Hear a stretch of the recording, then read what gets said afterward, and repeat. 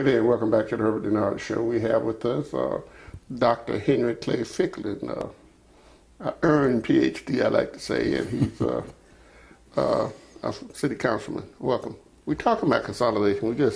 C.J. Ellis just left, and he was giving his reason for opposing consolidation. What reasons do you have for opposing consolidation? Basically, my reason is philosophical. Consolidation is a move towards and against checks and balances. And I think that our founding fathers intended that government be set up in such a way that there would be checks and balances throughout. Can you imagine what would happen if no one checked on any form of government? We have enough things going with the checks and balances in place that we have now. And if there is a situation where there's no checks and balances, especially on the local level, I mean, it could just really be quite abusive to the citizens. And some of our founding fathers have called that kind of government tyranny. And that's my philosophical reason for it. And then the other philosophical side of that for me is that consolidation is a southern phenomenon.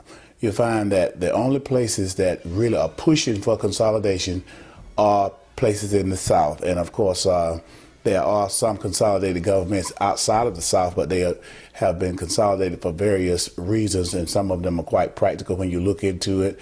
And of course, some of them have been consolidated for so long, like New York and Boston.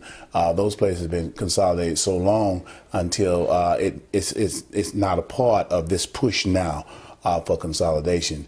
And then thirdly, I believe that consolidation is designed to dilute black voting strength in the South. In the South, we have most of the African Americans in the South. Of course, we know that after the Civil War, many of them moved to the North, escaping slavery and the aftermath of slavery. And then, of course, when you look after the 1930s, when you had after the Depression, many of them moved to North to get jobs and what have you. But now those people are coming back to the South. The South is the most populated area for African Americans of any part of the United States.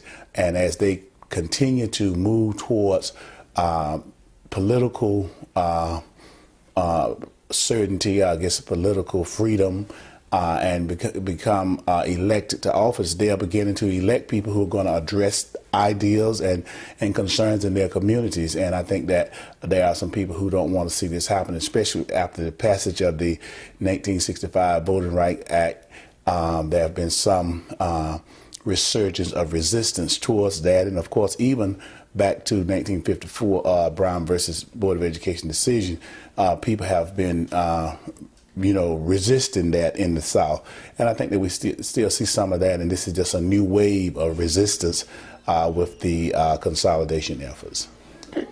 I understand that there's a lot of changes going on, that right now you have 2 Republicans on City Council and 1 on the County Commissioners. If you combine all of that, that's 20 elected officials and only 3 Republicans. Under this new consolidation, I think that the way I understand it, someone else mentioned it, the district has changed now, that the count of Republicans and the percentage-wise would go up. Of course, when you see how they've drawn the lines, there are 9 districts, and of course with those 9 districts, there's a certainty that about 4 of them will be Republican. And this whole legislation is Republican-driven from the start, where we have Republican members of our delegation who have basically authored this legislation.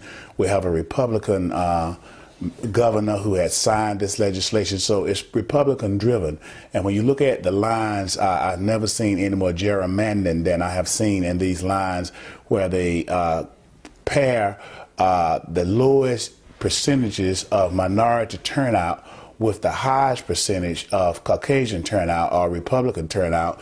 And of course, you'll find that in most cases in a situation like that, you're going to have the Republicans turning out more frequently than the minorities, who generally are Democrats, and they'll probably carry the seat. So there is a strong possibility that this new government, if it is put into place, will have 5 Republicans on it and for Democrats, but at the same time, some of those Democrats might be Democrat Republicans.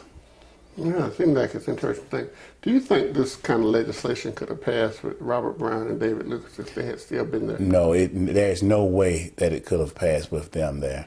But of course, as you see, when they redrew the who represents this district, now it has more Republicans representing Macon and Miller, Georgia, than it ever has had before. And some of them just have just a corner or a fraction of the county, so that they would have a vote and be able to dominate what happens in Macon and Miller, Georgia. And I think that's gerrymandering as well, and it's all by design. These are plans that were not just done; they were done long ago, and they want to get the opportunity to implement them. And they're implementing them, and what they're going to be is very, very Republican control. Appreciate you stopping by, Dr. Ficklin. Appreciate you being here. Appreciate you stopping by. Thank you so much. And we'll be right back.